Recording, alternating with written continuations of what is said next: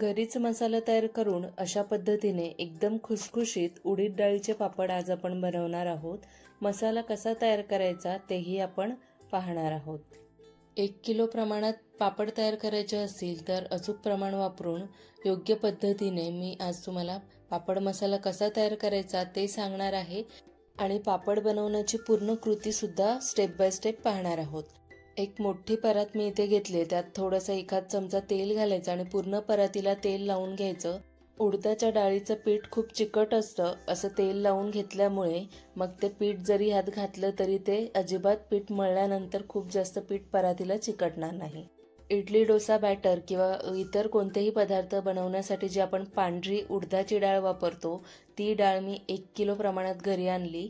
चाळणीच्या मदतीने डाळ चाळून 1 तास उन्हात ठेवायची। त्यानंतर ती एका कपड्यावर घालून दुसऱ्या कपड्याने वरवरून ती पुसून घ्यायची, म्हणजे त्याला लागलेली जी पावडर असेल ती पूर्णपणे निघून जाईल। डाळ चाळून 1 तास उन्हात सुकवून मी कपड्याने चांगली ती पुसून घेतली। त्यानंतर गिरणीत नेऊन एकदम बारीक अशी दळून आणली। जाडसर ठेवायची नाहीये, एकदम बारीक दळून आणायची।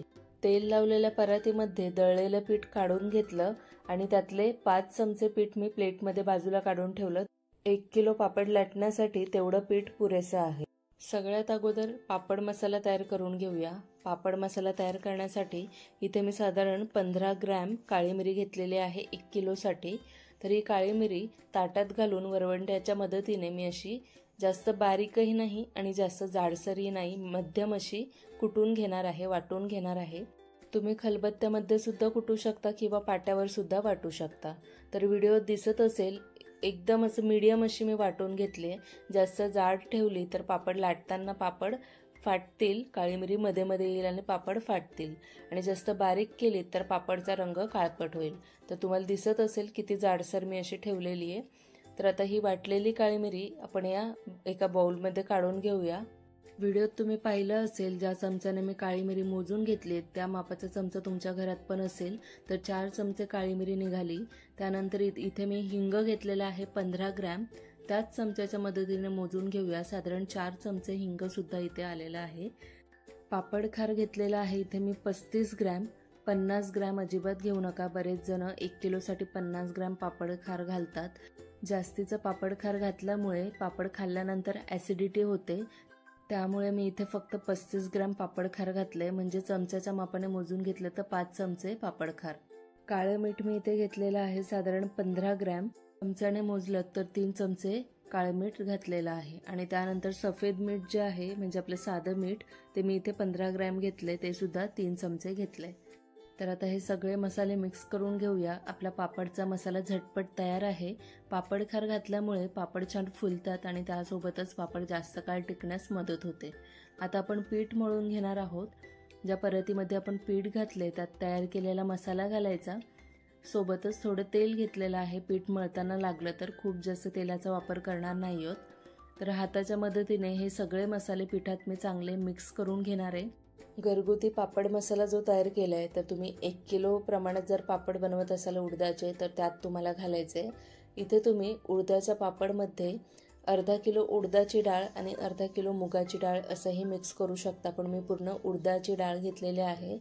हे पीठ मळण्यासाठी साधारण मी अर्धा लिटरच पाणी घेतलेलं आहे, पण मी एकदम घालणार नाहीये कारण उडदाचं पीठ खूप चिकट असतं, त्यामुळे पाण्याचा अंदाज येणार नाही। जे पाणी तुम्ही आधी घातलेलं आहे तेच चांगलं अगोदर मिक्स करून घ्यायचं, त्यानंतरच हळूहळू पाणी घालायचं। तर हे पीठ मळताना एवढं लक्षात घ्यायचंय की आपल्याला एकदम जास्त पाणी ओतायचं नाहीये। दुसरी गोष्ट, आपल्याला हे पीठ जसं चपातीला मळतो तसं मऊ मळायचं नाहीये, एकदम घट्ट कडक गोळा तयार करायचा आहे। कारण हे पीठ थोडंही सैलसर झालं तर पापड तयार होणार नाहीत, त्यामुळे तुम्हाला एकदम घट्ट गोळा तयार करायचा। मी पीठ मळून घेतले, पाहू शकता पिठात बोट रोवताना सुद्धा एकदम जोर द्यावा लागतोय। एकदम घट्ट गोळा तयार करून घेतलाय मी आणि परातीला तेल लावून घेतलेलं, त्यामुळे पाहू शकता पीठ खूप कमी चिकटलेलं आहे, नाहीतर खूप जास्त पीठ चिकटतं आणि आपल्याला मेहनत अजून जास्त होते। पीठ मळण्यासाठी जे आपण अर्धा लिटर पाणी घेतलेलं त्यातलं एकदम थोडंसं पाणी उरलेलं आहे, त्यामुळे कमी जास्त सुद्धा पाणी होऊ शकतं, एकदम घालायचं नाही। तर आता काय करूया, 1 चमचा तेल या पिठाला सगळ्या बाजूने लावून घेऊया आणि एका बाउलमध्ये घालून हे झाकून साधारण 3 ते 4 तासासाठी भिजवून घेऊया। संध्याकाळच्या वेळेत हे पीठ मळून ठेवून पूर्ण रात्रभर भिजवून घ्यायचं आणि सकाळी पापड लाटायला घ्यायचे, असंही तुम्ही करू शकता। पण मी इथे फक्त 3 ते 4 तासासाठीच भिजवून घेणार आहे। पीठ कुटण्यासाठी इथे मी स्वच्छ धुवून कोरडा केलेला पाटा वरवंटा घेतलाय। त्यासोबतच तेलाने पापड कसे लाटायचे आणि पिठाने कसे ते सुद्धा आपण पाहणार आहोत।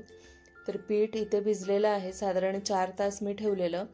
आधी पीठ दाबताना थोडा जोर द्यावा लागत होता, आता थोडंसं हे मऊ झालेलं आहे, खूप जास्त नाही, थोडंसं। आता आपल्याला हे पीठ कुटून घ्यायचं आहे। त्यासाठी मी इथे पाट्यावर थोडं तेल लावून घेते। पाटा घेताना कोरडा करूनच घ्यायचा आहे, ओलसर घ्यायचा नाही। त्यावर हे सगळं पीठ ठेवूया। तुम्ही याचे 3 भाग करून थोडं थोडं पीठ सुद्धा कुटून घेऊ शकता। मी पूर्ण एक गोळा एकदाच कुटून घेणार आहे। वरवंट्याला सुद्धा थोडं तेल लावायचं आणि वरवंट्याच्या मदतीने हे पीठ आता चांगलं कुटून घ्यायचं आहे, साधारण 9 ते 10 मिनिटसाठी।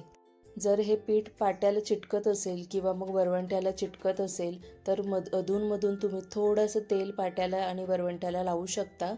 सुरुवातीला तुम्हाला पिठाचा रंग थोडा काळपट दिसत असेल, पण तुम्हाला कसं ओळखायचं आहे की पीठ पूर्णपणे कुटून झालंय? जेव्हा या पिठाचा रंग पूर्णपणे ब्राईट होईल, म्हणजे उजळेल, म्हणजेच आधी थोडा काळपट रंग होता पण काही वेळानंतर थोडासा पांढरा रंग व्हायला लागेल।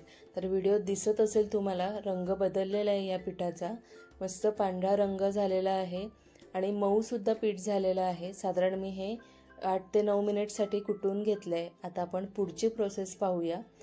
बोटाने दाबलं तर पाहू शकता मस्त मऊ हे पीठ झालेलं आहे। आता या पिठाचे मी 2 भाग करून घेणार आहे, कारण आपल्याला हे पीठ ओढून घ्यायचं, म्हणजे तोडून घ्यायचं आहे। एवढं पीठ एकदम नाही करू शकत, त्यामुळे अर्ध पीठ मी सेम बाउलमध्ये काढून झाकून ठेवते, म्हणजे ते कोरडं व्हायला नको पुन्हा। आता थोडंसं एकदम थोडं हाताला तेल लावायचं आणि हे पीठ आता ओढून घ्यायचं, म्हणजे तोडून घ्यायचं।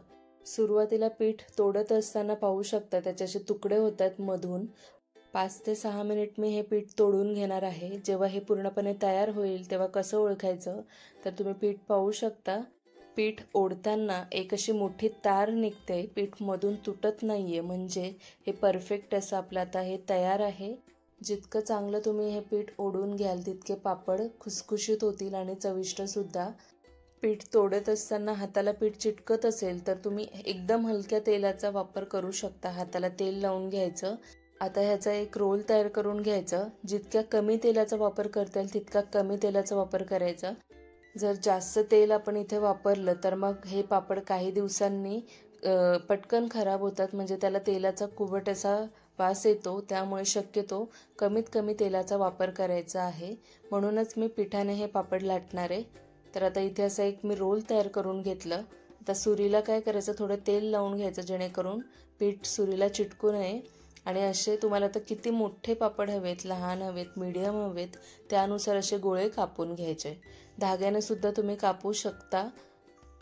रेडीमेड मसाला वापरून पापड कसे बनवायचे त्याचा सुद्धा व्हिडिओ मी गेल्या वर्षी अपलोड केलेला आहे। वाळवणीच्या रेसिपीच्या प्लेलिस्टमध्ये ती रेसिपी सुद्धा आहे, तर ती सुद्धा नक्की चेक करा। आणि आजची ही रेसिपी घरी मसाला तयार करून आपण तयार केलेली आहे।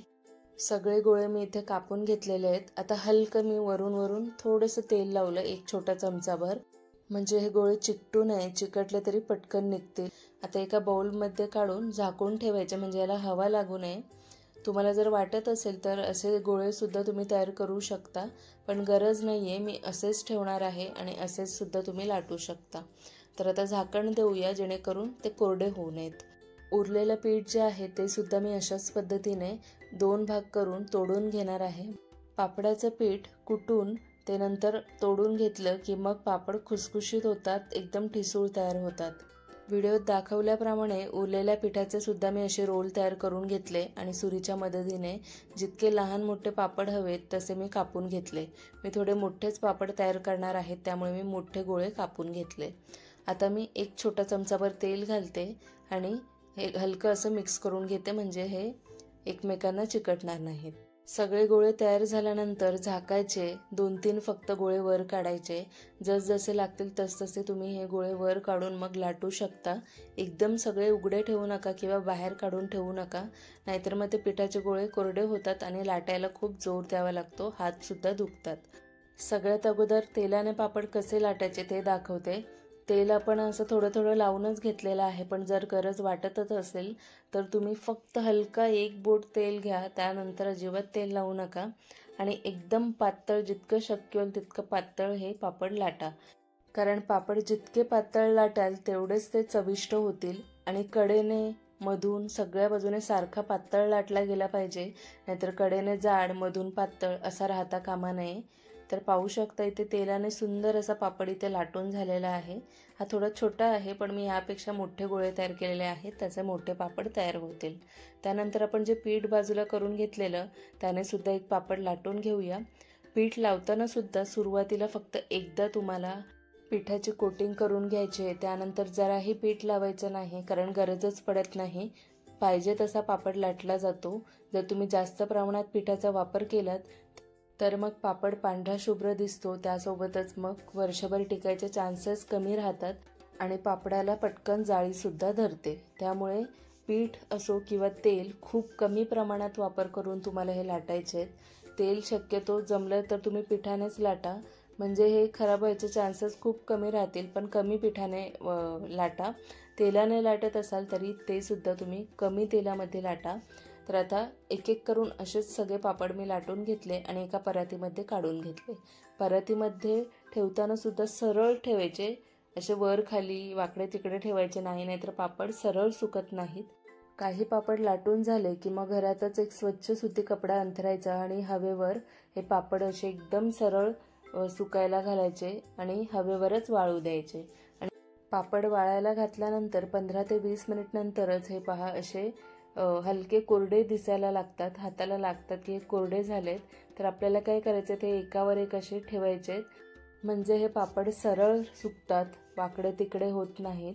तर हे असे सगळे पापड मी अशाच पद्धतीने एकावर एक ठेवून वरून एक वजन कपडा ठेवणार आहे. तर मी इथे टॉवेल घेतलेला आहे, तो वजन टॉवेल आपल्याला इथे ठेवायचं आहे. 15 ते 20 मिनिट नंतर तुम्हाला जाणवतात की पापड कोरडे झालेले आहेत, तसे मग ते एकावर एक ठेवायचे आणि वरून हलका काहीतरी वजन असं ठेवून द्यायचं, म्हणजे पापड सरळ सुकतात, अजिबात वाकडे तिकडे होत नाहीत.